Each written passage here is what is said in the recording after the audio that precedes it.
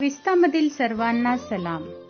आमच्या तारणाऱ्या जिवंत आणि गौरवी प्रभू येशू ख्रिस्ताच्या नावात विश्ववाणी परिवाराकडून आम्ही मार्गाकरिता प्रकाश कार्यक्रमात आपले सहर्ष स्वागत करीत आहोत. या नंबरवर प्रार्थना करण्यास उपलब्ध आहोत. धन्यवाद.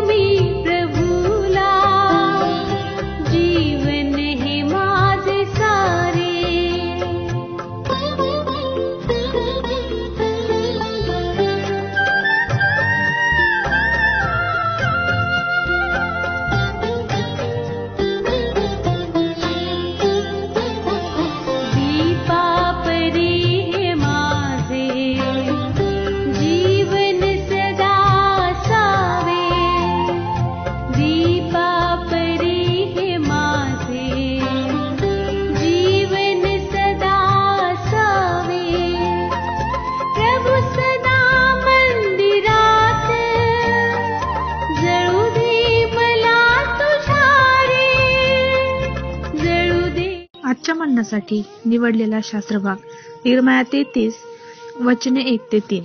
इर्मया 33 वचने 1-3. इर्मया पहारेकरांच्या चौकात अजून बंदित असता परमेश्वराचे वचन त्याला दुसऱ्यांनी प्राप्त झाले की, हे करणारा परमेश्वर, हे घडवून स्थापणारा परमेश्वर, परमेश्वर हे नाम धारण करणारा म्हणतो की, मला हाक मार म्हणजे मी तुला उत्तर देईन व तुला ठाऊक नाहीत अशा मोठ्या व गहन गोष्टी तुला सांगेन.